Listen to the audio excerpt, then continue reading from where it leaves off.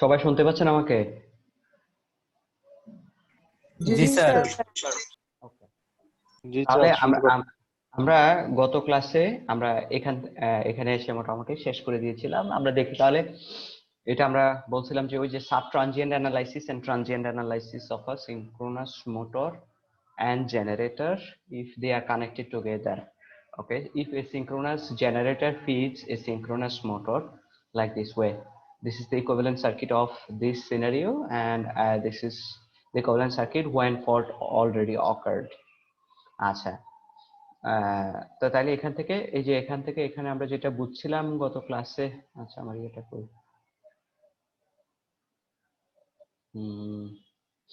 আচ্ছা এখান থেকে পি পয়েন্ট থেকে এইখানে পয়েন্টে আমরা আমরা ব্যালেন্স ফল্ট আমরা তৈরি করেছি। কারণ এটা ব্যালেন্স ফল্ট বলেছি এই কারণে 3 ফেজের মধ্যে এরকম ঘটনা ঘটছে, প্রত্যেকটা পেজ থেকে লাইন থেকে নিউট্রালের মধ্যে এই ফল্টটা ঘটানো হয়েছে।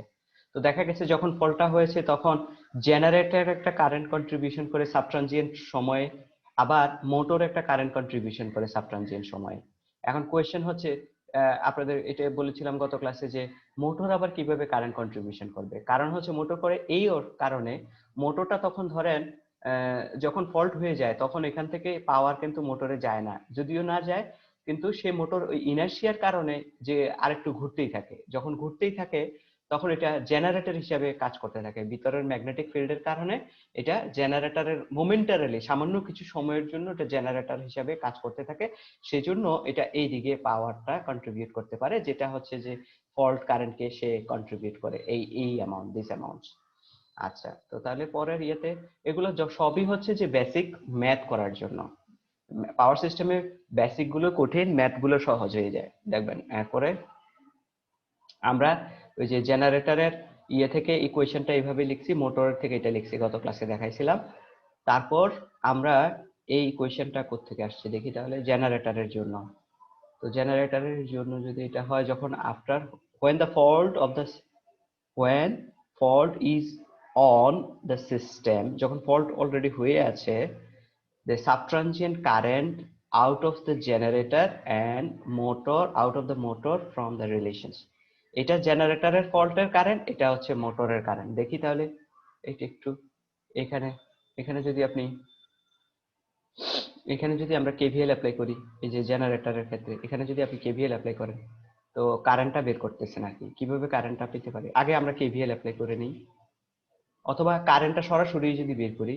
কারেন্ট বের করতে হলে আমরা জানি কি করতে হয়, কারেন্ট ইকুয়াল টু আমরা জানি যে টোটাল ভোল্টেজ কতটুকু এখানকার, এইটা ইজি ডাবল প্রাইম, তার এখানকার টোটাল রেজিস্ট্যান্স কত, এইটা যোগ এইটা হবে, তাহলে এটা হবে Z D double prime G plus Z extend,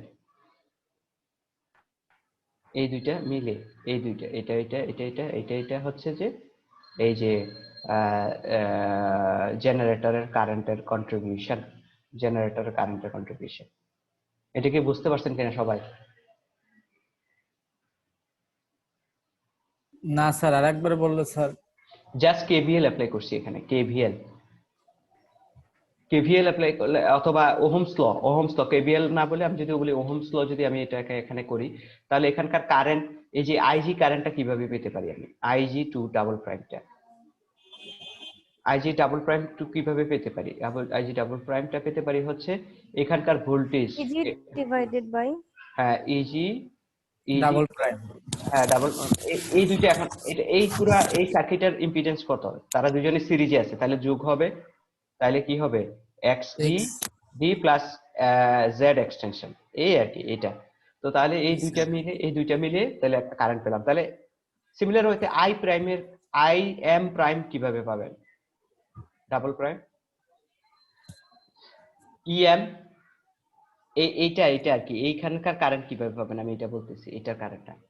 তাইলে এখানে এটাও তো একটা EM plus JX double prime, plus না EM EM is equal to না, এটা ইএম ইএম ডিভাইডেড বাই এটা ইএম ডিভাইডেড বাই হ্যাঁ এক্সডি, তাই না? শুধুমাত্র এটাই থাকতেছে তখন, এই যে রেজিস্ট্যান্সটা রিঅ্যাকট্যান্সটা আর কি।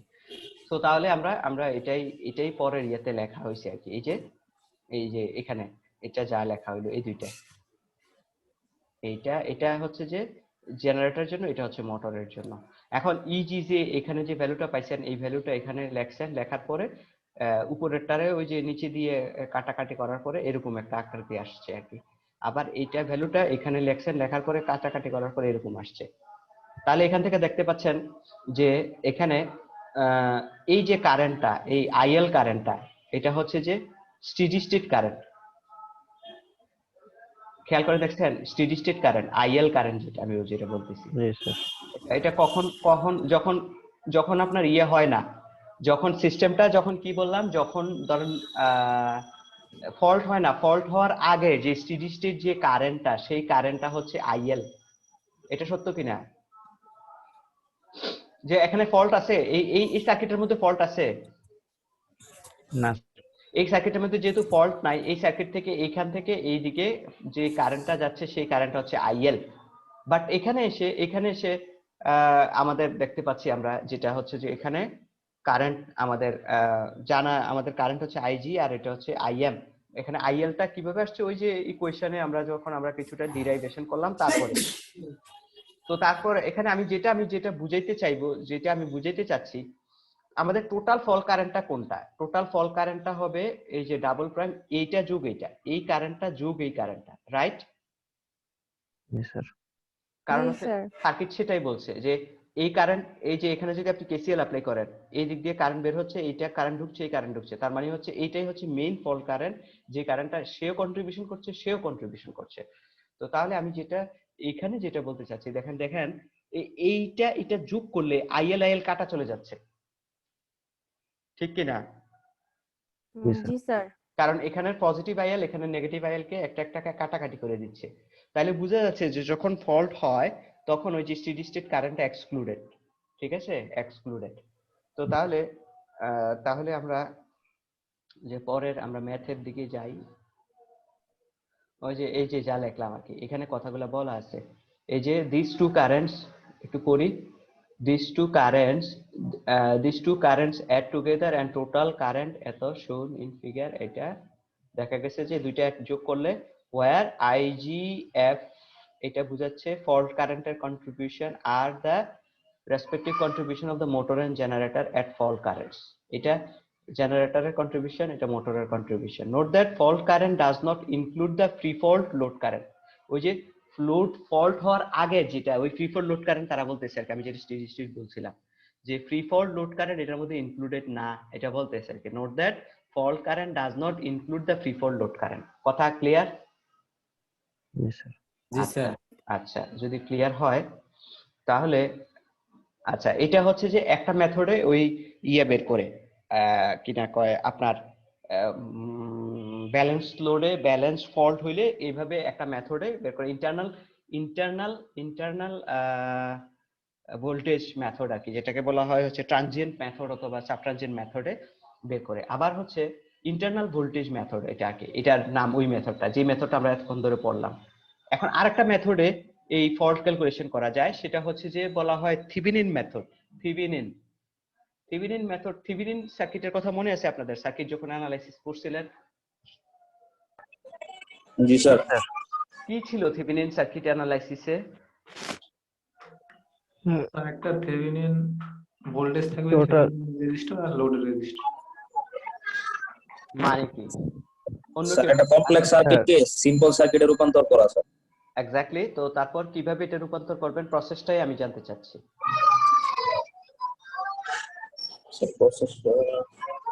প্রসেসটা কিভাবে, এই যে কমপ্লেক্স সার্কিট, প্রথমে আমাদেরকে থেভেনিন ভোল্টেজ বের করতে হবে,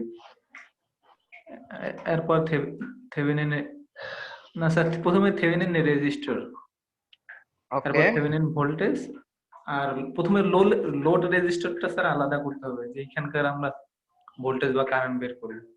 হ্যাঁ, এরপর থেভেনিন রেজিস্টর, এরপর থেভেনিন ভোল্টেজ বের করব। আচ্ছা ওকে, এখন যে বলছে কিছুটা ঠিক আছে, না অনেকটাই ঠিক আছে।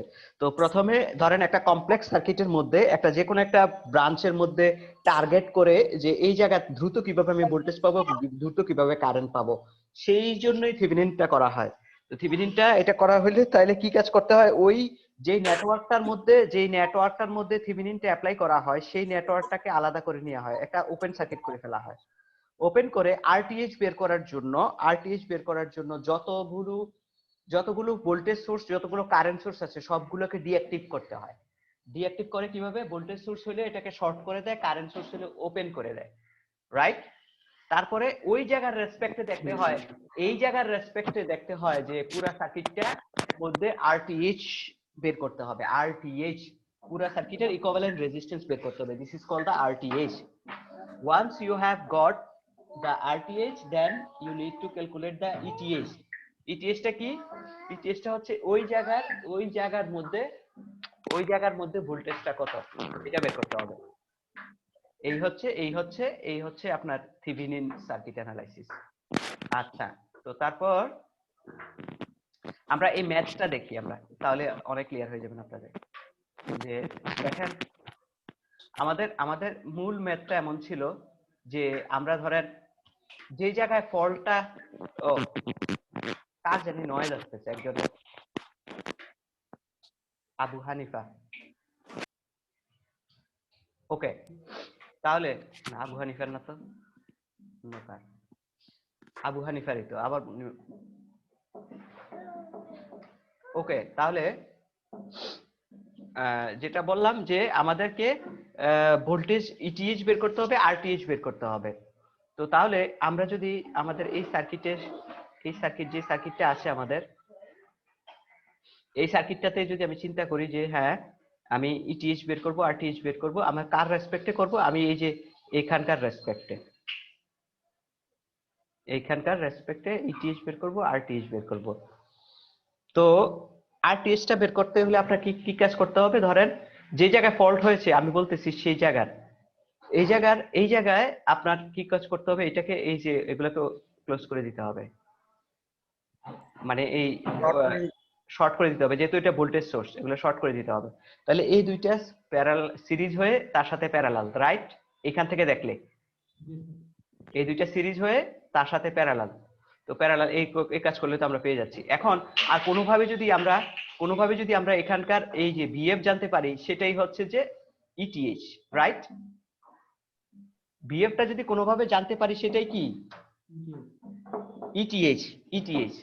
তো যখন আমরা আরটিএইচ ইটিএইচ জেনে যাব তখনই আমরা থিভেনিন সার্কিটটা সলভ করতে পারবো।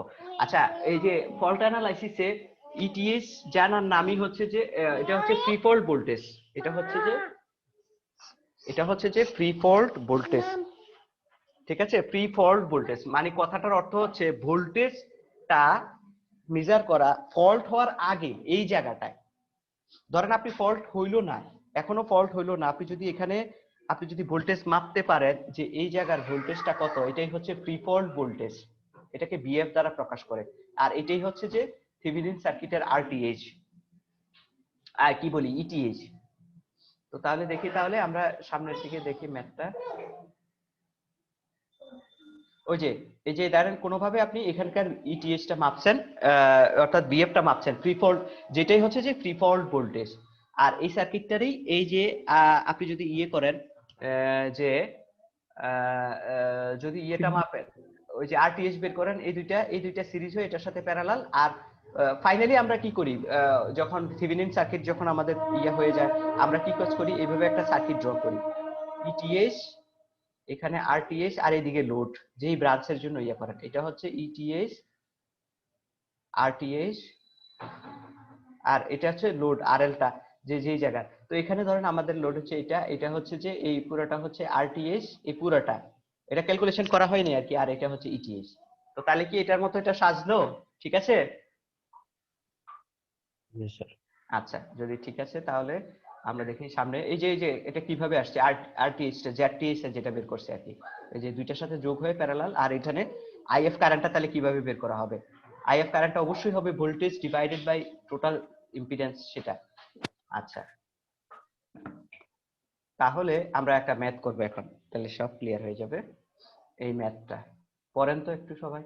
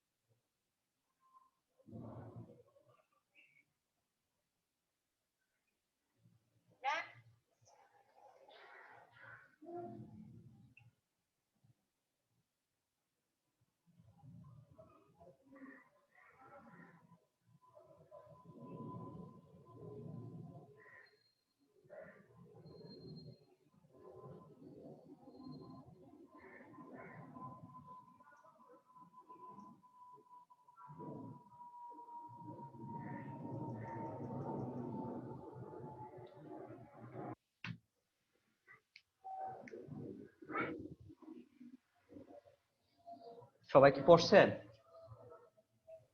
জি স্যার। আচ্ছা, তো তাহলে দেখি আমি বলি কি জিনিস। asynchronous generator and motor rated এত। তাহলে একটা জেনারেটর এবং মোটর দুইটারই রেটেড হচ্ছে এরকম পাওয়ারের, যে এটা হচ্ছে পাওয়ার, এটা হচ্ছে voltage, and both have subtransient reactance, যে দুজনেরই সাবট্রানজিয়েন্ট রিঅ্যাক্ট্যান্স হচ্ছে 20%। 20% মানে কত যেন আমরা জানতাম? 0.2। আচ্ছা, 2%, 0.2, 0.2%। 0.2% না, 0.2 মানে হচ্ছে 20%। পয়েন্টে, হ্যাঁ। তাহলে line connecting them reactance, line connecting them reactance মানে কি? ওই যে যে একটা জেনারেটর একটা মোটরকে যখন কানেকশন করে, ওই যে জেড এক্সটেনশনের কথা মনে ছিল না? এইটা সেটা, এটার ভ্যালুটা হচ্ছে, জেড এক্সটেনশনের ভ্যালুটা বলতেছে 10%, তার মানে হচ্ছে যে 0.1। তাহলে জেড এক্সটেনশন যেটা, জেড এক্সটেন ই যেটা, এটা হলো 0.1। আচ্ছা, আর এটা হলো যে এক্স ডি যেটা, জি জেনারেটর যেটা, জেনারেটর। আচ্ছা, তো তারপর জেনারেটর, মোটরেরও একই, মোটরেরও বলছে একই, দুইটারই বোথ হ্যাভ ট্রানজিয়েন্ট। আচ্ছা, তো তাহলে এরকম মেশিনের এখন বলছে যে মোটর ইজ ড্রয়িং এত কিলোওয়াট। মোটরের যদিও ক্ষমতা এত, কিন্তু তখন যখন ড্র করতেছিল তার ক্ষমতার থেকে এতটুকু সে ড্র করতেছিল, অর্থাৎ এত পাওয়ার ড্র করতেছিল, যখন রিঅ্যাক্টিভ পাওয়ার ফ্যাক্টর হচ্ছে এত লিডিং, এন্ড টার্মিনাল ভোল্টেজ, যখন টার্মিনাল ভোল্টেজটা ছিল মোটরের এত, তার মানে হচ্ছে তো জেনারেটরটার এতটুকু পাওয়ার সে কনসাম্পশন করতেছিল, যখন কন্ডিশনটা কি ছিল? পাওয়ার ফ্যাক্টর এত, ভোল্টেজ ছিল এত। when the symmetrical fault current occurs at the motor terminal, motor টার্মিনালের মধ্যে যদি সিমেট্রিক্যাল ফলটা ঘটে, বের করতে হবে subtransient current of the generator motor and fault by using the internal voltage machine method. Internal voltage method of the machine, ওই যে প্রথম মেথডটা অনুযায়ী আপনার ম্যাথটা সলভ করতে বলছে, প্রথম মেথডটা অনুযায়ী, internal method, internal voltage method, internal voltage method. আচ্ছা আচ্ছা, তো তাহলে দেখি, তাহলে আমাদের এই ম্যাথটার মতোই, এইটার চেহারার মতোই, এইটার মতোই ইকুইভ্যালেন্ট সার্কিটে এরকমই একটা জেনারেটর একটা মোটরকে ওই যে এই ভ্যালুগুলো দিয়ে দিছে এখানে, যে ম্যাথটা বলা ছিল না, এই যে এটার রিঅ্যাক্ট্যান্সটা হচ্ছে, মেশিন দুইটার রিঅ্যাক্ট্যান্স হচ্ছে, সাবট্রানজিয়েন্ট রিঅ্যাক্ট্যান্স হচ্ছে 20%, আর দুইজনকে যে কানেকশন করছে যেই লাইনটা, সেই লাইনটার রিঅ্যাক্ট্যান্স হচ্ছে 20। আরেকটা জিনিস বলছে, দুইটা মেশিনেরই ক্ষমতা একই রকম, রেটেড ভোল্টেজও একই রকম, বাট এই মোটর কিন্তু তখন অন্য ভোল্টেজ, অন্য পাওয়ার কনসাম্পশন করছিল, অন্য কিছু। তাহলে এগুলো পার ইউনিট বের করতে হবে আমাদের, প্রথম কাজ হচ্ছে পার ইউনিট বের করতে হবে। আরেকটা জিনিস বলা ছিল হচ্ছে ফ্রি ফল ভোল্টেজটা মনে কথা বলা ছিল, দেখি তাহলে এই কথাটা এখানে, এখানে আরেকটা, ওই যে ফ্রি ফল্ট, এই যে টার্মিনালে যখন যখন ফলটা হচ্ছিল, যখন যে জায়গায় ফলটা হয়েছে সেই জায়গার ভোল্টেজটা টার্মিনাল ভোল্টেজ, এই যে জেনারেটরের টার্মিনাল ভোল্টেজটা, জেনারেটর না, মোটরের সামনে ফলটা হয়েছিল, এখানে বলতেছে দেখেন, এই যে মোটর ড্রো যেত, এই যে বলছে when symmetrical fault occurs the motor terminal, motor টার্মিনালে। তো মোটর টার্মিনালটা কোথায় আমরা দেখি, এই যে এই জায়গায় ফলটা হয়েছে মোটরের সামনে, এই যে মোটরের সামনে, হ্যাঁ, অর্থাৎ এই যে ঠিক এরকমই ম্যাথটা এইটারই আর কি, যে এই জায়গায় ফলটা হয়েছে। যখন ফলটা হয়েছে তার আগে এখানকার টার্মিনালের ভোল্টেজটা ছিল মোটরের ওই যে 12.5, তার মানে হচ্ছে যে বিএফ ইকুয়াল টু আমরা বলতে পারি না যে 12.5, মোটরের আগেই মোটরের টার্মিনালের মধ্যে ফলটা হয়েছে এবং মোটরের টার্মিনালের ভোল্টেজটা আগে থেকে দেওয়া আছে হচ্ছে 12.5, 12.8, তাহলে আমি বলতে পারি না BF equal to 12.5 according to hour statement? G sir. বলা যায়। সবাই মনোযোগ দিয়ে দেখেন। আচ্ছা, অনেক বেশি ক্লিয়ার হবে অতীতের যদি যাদের ইয়া হয়, প্রবলেম হয়। আচ্ছা দেখেন তাহলে কি হবে এখানে, যে এখানে আমরা দেখি স্টেটমেন্টটা পড়ি একটু, কি বলছে, the prefault equivalent circuit of the system correspondent to ওইটা, ওই যে যেটা আঁকা হয়েছে সেটাই, চুজিং দ্য বেজ অফ এত এত, বেজ বলে নিচ্ছে, এটা বেজ আপনি নিজে সিলেক্ট করছেন যেহেতু এটা বলা ছিল যে রেটের এত। একটা মিনিট দাঁড়ান, হ্যাঁ একটা মিনিট।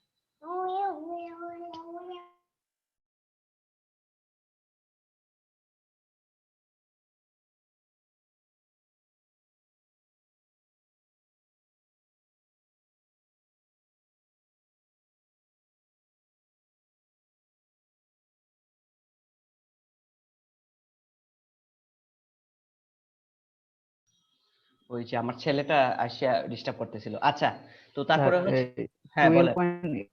12.8 কিলো ভোল্ট, এটা তো এখানে ফল্ট হওয়ার মানে এখানে বলছে ফল্ট হওয়ার পর না, এই যে when the না fault না occurs না না in না motor terminal, তারপরে না 12.8। এই যে কথাটা বোঝেন না তাহলে। দেখেন তাহলে দ্য মোটর ইজ ড্রয়িং এত, মোটরটা ড্রয়িং করতেছিল, মোটরটা ড্রয়িং মানে কি, মোটরটা তখন স্টার্ট অবস্থায় চলতেছে, মোটরটা চলতেছে, যখন চলে তখন তো ফল্ট হয় না, ফল্ট যখন হয় তখন মোটর জেনারেটর হিসেবে কাজ করে, ওই যে একটু আগেই বলছিলাম, মোটরটা যখন চলতেছে তখন সে পাওয়ার কনসাম্পশন করতেছে এত, পাওয়ার যখন কনসাম্পশনের ধরনটা কেমন ছিল, পাওয়ার ফ্যাক্টর এত, এবং টার্মিনাল ভোল্টেজটা তখন এত ছিল, টার্মিনাল ভোল্টেজটা, হ্যাঁ এটা মোটরের টার্মিনাল ভোল্টেজ কোনটা এখন আসছে না, এই যে এই যে এই যে এই যে এখানে আসছি আমরা, এটাও না, এই ফিগারটা, হ্যাঁ এইটা সবচেয়ে না এটা না তো, মানে ওটার সাথে ফল্ট হওয়ার আগের মুহূর্তে এটা ঘটছিল এক্স্যাক্টলি আর কি, তাই? ফল্ট হওয়ার আগের মুহূর্তে, তা না হলে ফল্ট হলে এখানে এই জায়গার যে টার্মিনাল বলতে এটা বোঝায় যে, তাই না? আমরা মনে আছে আমি যে গত ক্লাসে বলেছি যে একটা জেনারেটরের ই এ আমরা ইকুয়াল টু পাইছিলাম E A equal to B phi plus J J XS I A plus I A R A, এটা ছিল হচ্ছে ইন্টারনাল জেনারেটেড ভোল্টেজের একটা ইকুয়েশন।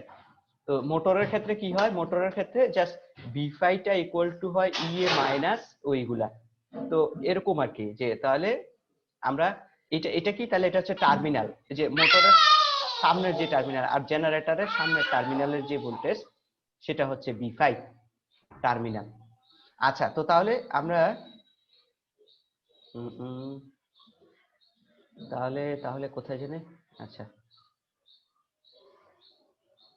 ওকে, আচ্ছা তো তাহলে যেটা বললাম হচ্ছে 12.5 হচ্ছে free fall voltage according to our definition. এখন বেস ধরবো হচ্ছে বেস, আমরা পার ইউনিট বের করবো, যেহেতু আমাদের ক্যালকুলেশন গুলো সবগুলো পার ইউনিটে করবে সেজন্য আমরা পাওয়ারের বেস ধরবো এটা, ভোল্টেজের বেস ধরবো এটা, যেহেতু দুইটারই রেটেড বেস পাওয়ার এবং বেস হচ্ছে এটা, দুইটা মেশিনেরই।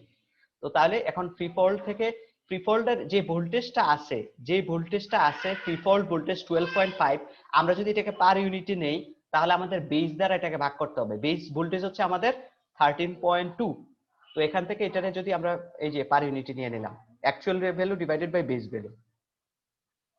তারপর পরের লাইনে কি বলা হচ্ছে, এখন আমরা বেস কারেন্ট বের করব।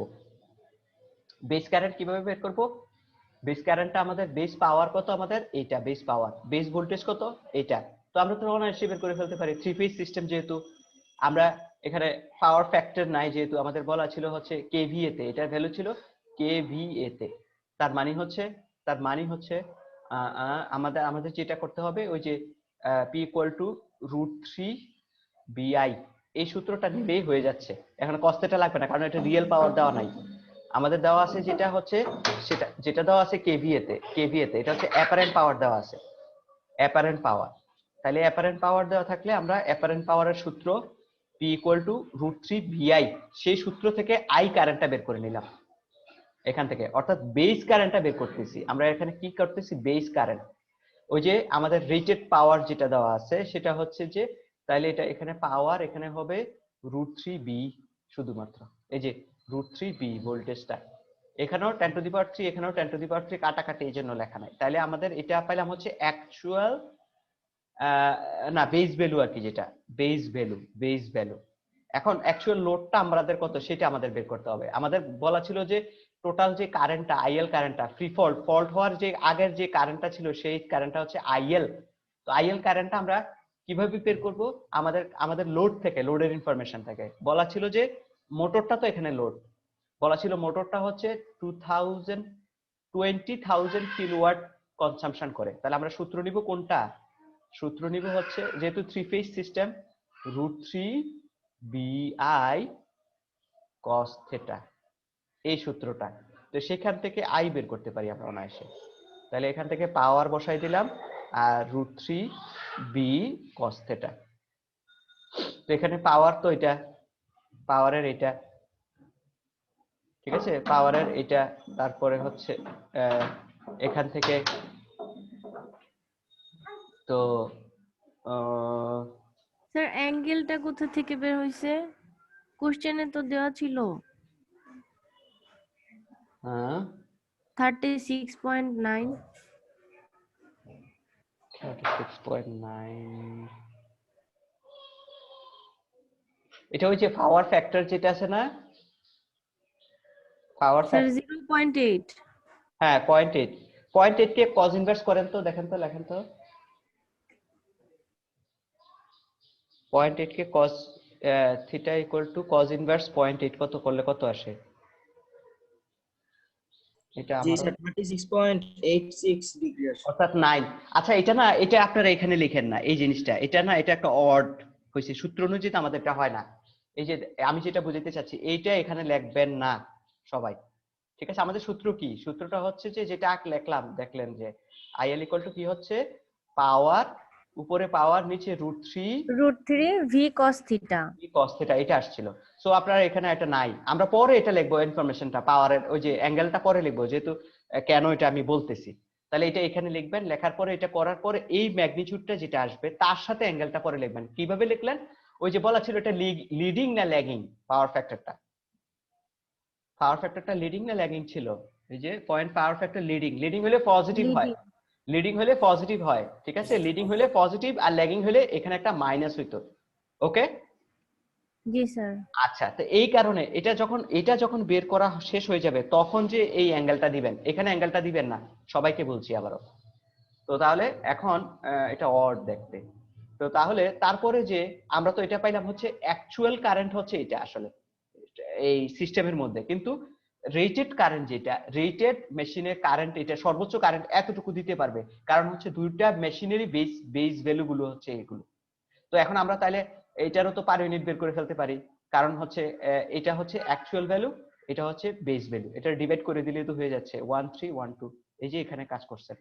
তাহলে আমরা পেয়ে গেলেন হচ্ছে পার ইউনিটে কারেন্ট, এই কারেন্টটা কি আইএল কারেন্ট, ঠিক আছে। এখন আমাদের বের করতে হবে হচ্ছে ওই যে current contribution by generator, fault current contribution আর কি, ফল্ট কারেন্টটা, তারপরে হচ্ছে fault current contribution by motor, কতটুকু মোটরও কন্ট্রিবিউশন করবে, কতটুকু জেনারেটরও কন্ট্রিবিউশন করবে, সেই অ্যানালাইসিসটা আমাদের এখন করতে হবে। আমরা আইএল পেয়ে গেলাম, কোনো সমস্যা নাই। তো তারপর পেজে যাই। এখন আমরা ওই যে এটা বিটির সূত্র থেকে আমরা পাইতে পারি, জেনারেটরের ক্যালকুলেশন করা হচ্ছে, জেনারেটর বিটি। আমরা একটু যদি আগাই, আমরা দেখি বিটি ইকুয়াল টু আমরা কি লিখতে পারি জেনারেটরের জন্য। জেনারেটরের ভিটিটা কোনটা, জেনারেটরের ভিটি হচ্ছে, এখানে যদি আপনি ভিটি লেখেন, এইটা হচ্ছে জেনারেটরের ভিটি, সবাই একটু মাথা মনোযোগ দিয়ে দেখবেন, এইটা জেনারেটরের, এইটা হচ্ছে ভিটি, টার্মিনাল ভোল্টেজ আর কি, ওই যেটাকে বি5 বলতেছি, বি5ও বলে কেউ, বিটিও বলে। তাহলে এটা ইকুয়াল টু আপনি কিভাবে পাবেন, এই যে বিটি ইকুয়াল টু পাবেন হচ্ছে, বিটি এটারে যদি আপনি কেভিএল করেন, এই ভোল্টেজ প্লাস এই ভোল্টেজ হচ্ছে এটা, তাহলে নিশ্চিত আপনার যেটা হবে ইজি ইজি মাইনাস এই যে আইএল কারেন্ট গুণন এইটা, এই রিঅ্যাকট্যান্সটা ভিটি পাইতে হইলে। সবাই কি আমার কথাটা ক্লিয়ার? জি স্যার। আচ্ছা, তো তাহলে আমরা এখান থেকে ওই যে ওই সূত্রগুলো ব্যবহার করে এখানে এটা বের করা হচ্ছে আর কি। এই যে এটা, এই যে বললাম যে এই যে ভিটি ভিটি জেনারেটরের এখানে 0.1, এটাও করছে না তারা, আরেকটু আগাইছে, দেখেন আরেকটু অন্য সূত্রটা আরো ব্যবহার করছে। কেন করছে? কারণ আছে। আচ্ছা, এটা এইখান থেকে এই সূত্রটা নিছে তারা, দেখাচ্ছি নো প্রবলেম।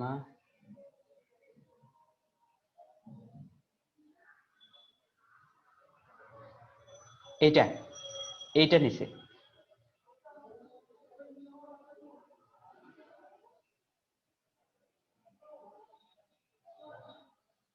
দেখেন এখান থেকে এটার সাথে এটা কম্পেয়ার করলে এটা বলা যায়, ঠিক আছে, এটা বলা যায়।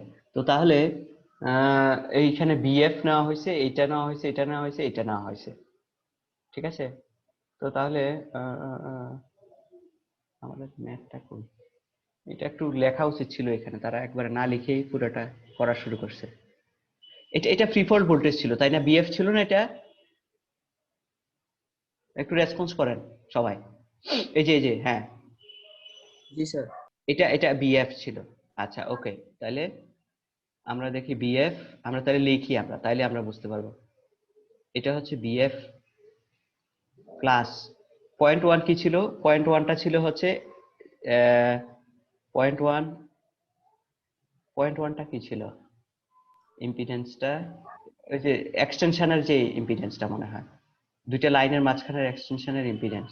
জি স্যার 10% ছিল। 10 হ্যাঁ 10%।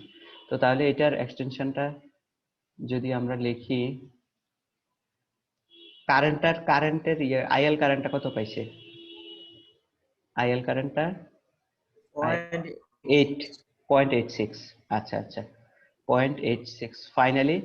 ফাইনালি এটাকে যখন পোলার ফর্মে নেওয়া হয়েছে তখন এটা আসছে, পোলার ফর্মে যখন নিছে এরকম আসছে, না রেক্টেঙ্গুলার ফর্মে যখন নিছে তখন এটা এরকম আসছে। তখন এখন দেখেন এটা, হ্যাঁ ঠিকই আছে তাহলে আমার কথা। আচ্ছা তাইলে দেখেন এটা যেটা বলতেছি, এটা হচ্ছে যে কারেন্টটা, এটা কারেন্টটা একটু ওই মাথা ইয়ে করলে হবে। এটা হচ্ছে আইএল, এটা আইএল রাইট। 0.6 আর 52 একটু মাথা রাখেন, 0.6 52 যেটা, এটা মাথায় রাখেন। কই এই যে ফেজে ডিফারেন্স এটা।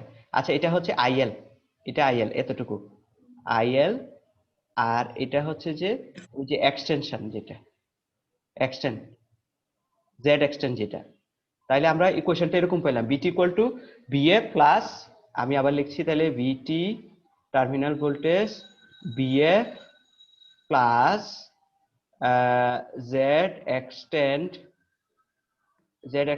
আইএল। হ্যাঁ এটা সত্য কিনা এটা দেখি তো আমরা, এটা স্যাটিসফাই করে কিনা জেনারেটরের টার্মিনালে, নিশ্চিত স্যাটিসফাই করে, এই জন্য এটা লেখা হয়েছে। হ্যাঁ এখানে দেখেন, এখান থেকে আপনি যদি এখানে যদি বিএফ জানেন, এখানে যদি বিএফ জানেন, তাহলে এই যে এখানের জেনারেটরের টার্মিনাল ভোল্টেজও যদি জানেন, বিটি যদি জানেন, এখানে বিটি যদি আপনি জানেন, তাহলে এখানে যদি আপনি কেভিএল অ্যাপ্লাই করেন তাহলে এটা সম্ভব না? জি স্যার। জি স্যার। হ্যাঁ ওই যে যা বলছি আর কি, যে বিটি ইকুয়াল টু যেটা আসে এইটা যোগ এইটা হয়ে এটা আসে। তো ওইখানে এটাই করা হয়েছে আর কি, জাস্ট কারণ হচ্ছে আমাদের এই ভ্যালুটা জানা আছে, তো এই জন্য এটা এইদিকে আসতেছে, ওই জানার থেকে অজানার দিকে যাচ্ছে আর কি। এটা আসলে তাছাড়া উপায়ও নাই, আমাদের আগে তো যেগুলো জানা আছে সেগুলো নিয়ে কাজ করতে হবে। এখানে জানা আছে, এটাও জানা আছে, তো আমি এটা পেতে পারি এই আর কি। এখন আমি কি করতে পারি, এটা যেহেতু জেনে গেছি, এটার সাথে এটা যোগ করলে এটা পাইতে পারি না? জি স্যার। বুদ্ধি করে আগাচ্ছে আর কি, ব্যাক ক্যালকুলেশনের মতো। এটা জানা আছে, এটাও জানা আছে, এই দুইটা যোগ করলে এটা পাচ্ছে, আবার এটা যোগ করলে এটা যোগ করলে এটা পাবো, এইভাবে একটু আগাইলে তো আমরা ইজি পেয়ে যাব, এরকম আর কি। আবার এটার ক্ষেত্রে কি করতে পারি, এটার ক্ষেত্রে এইভাবে করতে পারি, এটা যদি জানা থাকে এটাও যদি জানা থাকে এটা পেতে পারি সিমিলার হয়তো। আচ্ছা দেখি তাহলে এই কাজই করবে তারা নিশ্চিত। এই যে যে এখানে এখানে আমরা এটা পেলাম, বিটি পেয়ে গেলাম, বিটি যখন পেয়ে গেলাম এই যে ইজি পেয়ে গেলাম জেনারেটরের ওই যে আমি যা বলছি ঠিক এইভাবেই এটা বের করছে আবার।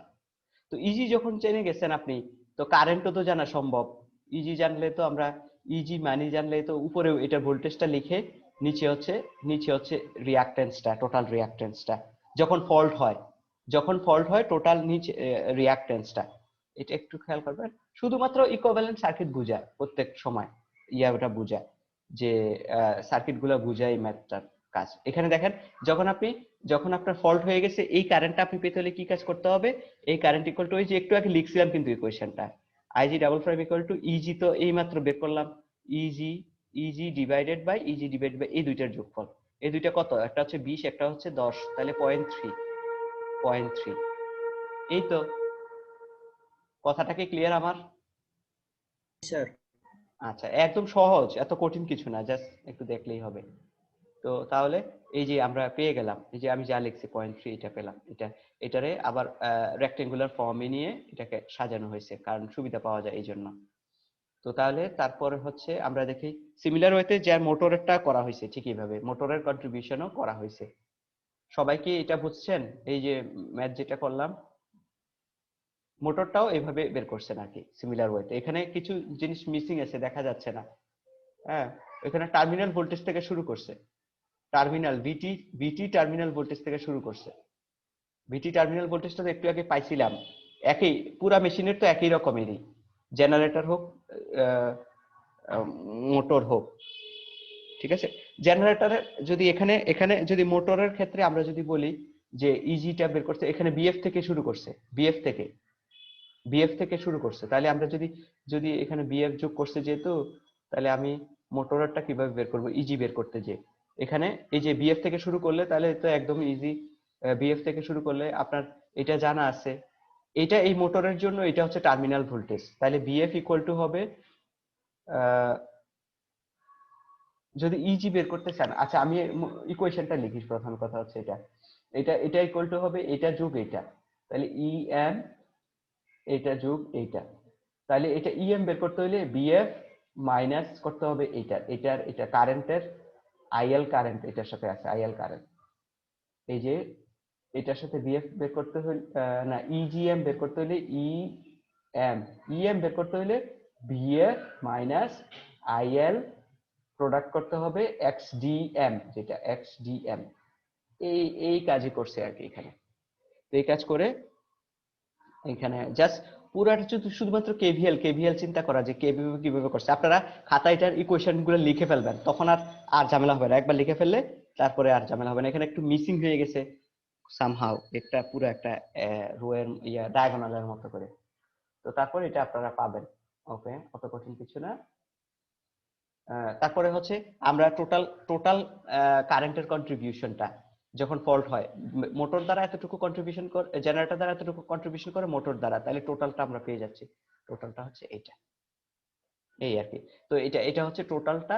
এখন এখন এবং এটার যদি আমরা অ্যাকচুয়াল ভ্যালুতে দেখি, এটা হচ্ছে যে আমরা দেখতে পাচ্ছি হচ্ছে পার ইউনিট থেকে অ্যাকচুয়াল কিভাবে আমরা পাইতে পারি, আমরা জাস্ট বেস ভ্যালু দ্বারা গুণ করি। কারেন্টের বেস ছিল হচ্ছে এত, ওই যে আমরা বের করছিলাম কারেন্টের বেসটা কত, এত দ্বারা গুণ করলে আপনি অ্যাকচুয়াল কারেন্টটা কতটুকু পেয়ে গেছেন।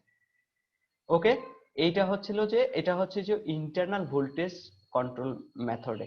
আর যদি এখন যদি আমরা এটা থেভেনিনে যদি একই ম্যাথটা সলভ করি তাহলে কিরকম হবে,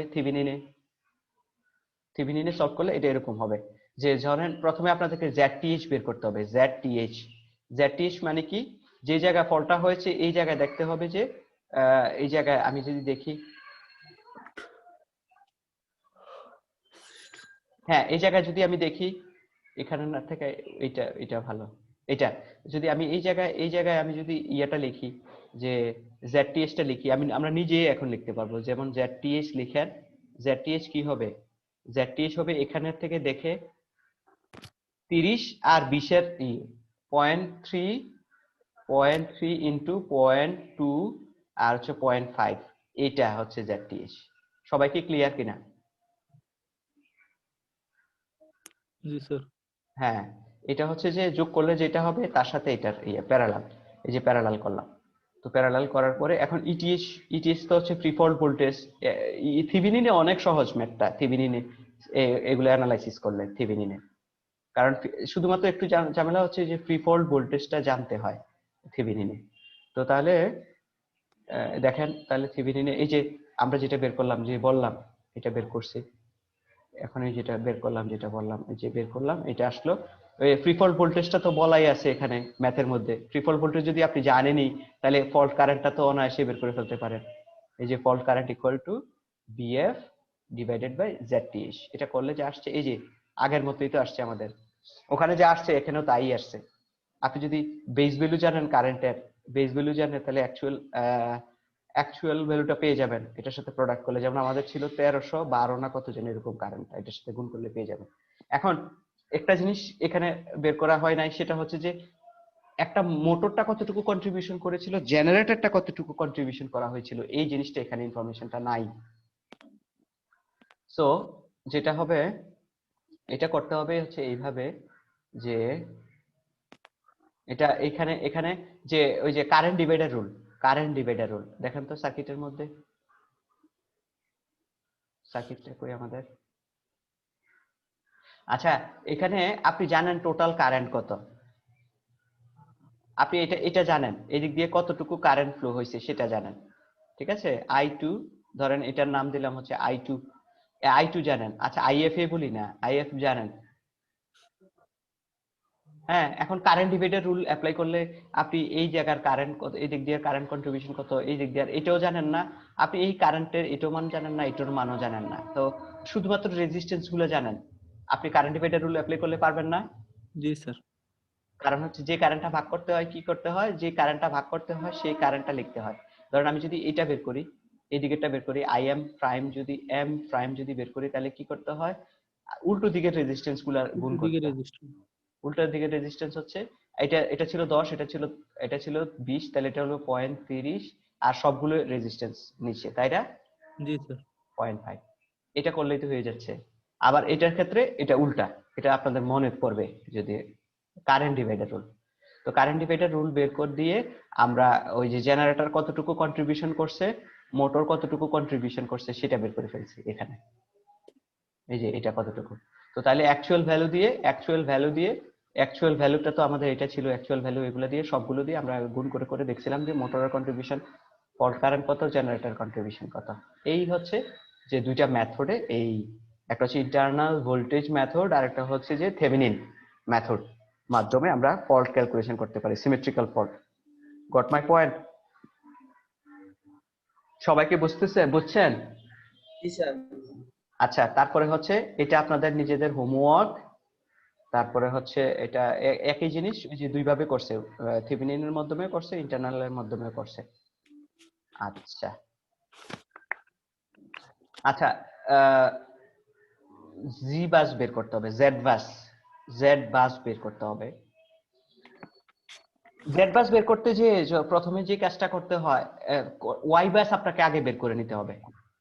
পরীক্ষায় একটা ম্যাথ থাকবে, জেড বাস বের করো, ঠিক আছে।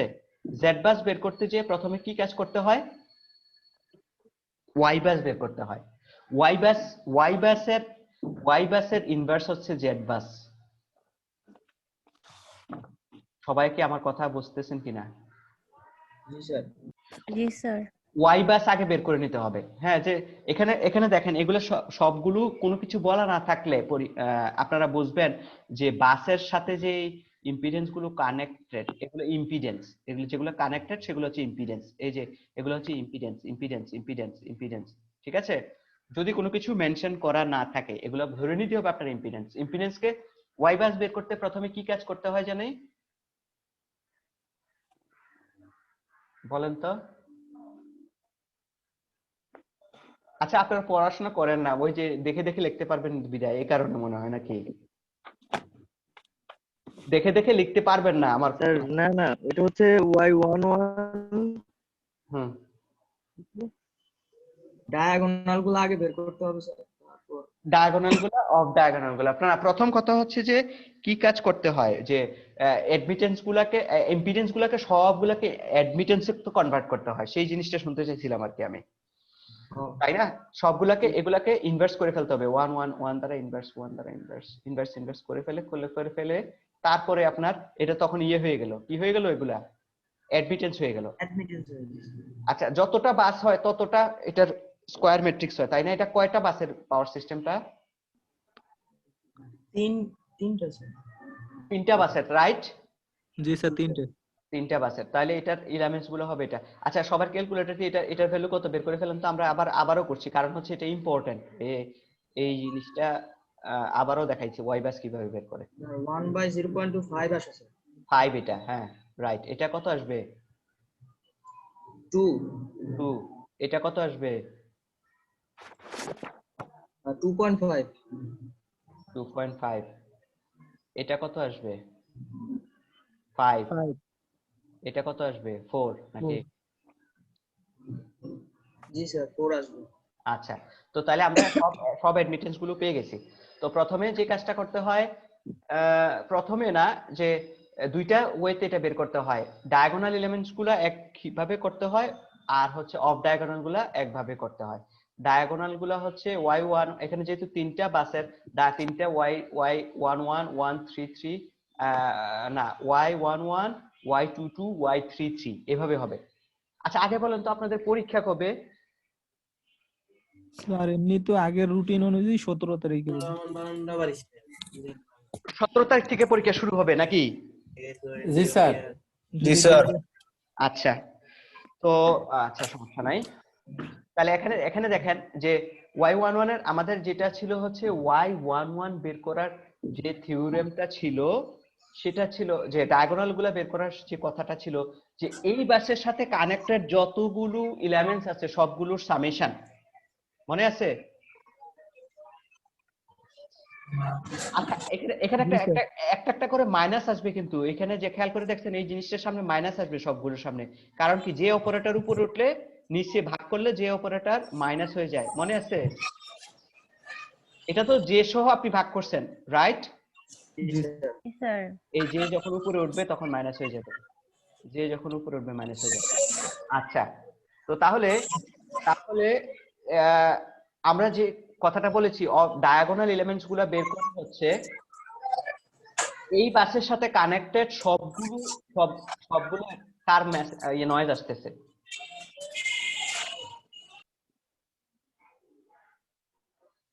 আচ্ছা, যেটা বলেছিলাম যে এই বাসের সাথে কানেক্টেড সবগুলো অ্যাডমিটেন্সের সামেশন, তাহলে 1 কি হবে? 1 কি হবে? কত হবে?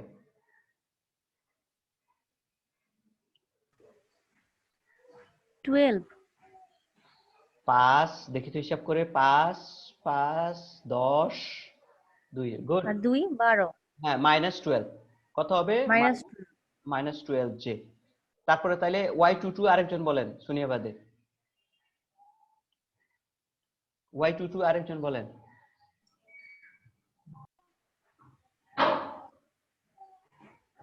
y22 কত হবে? -7.5। স্যার -9.5 হবে।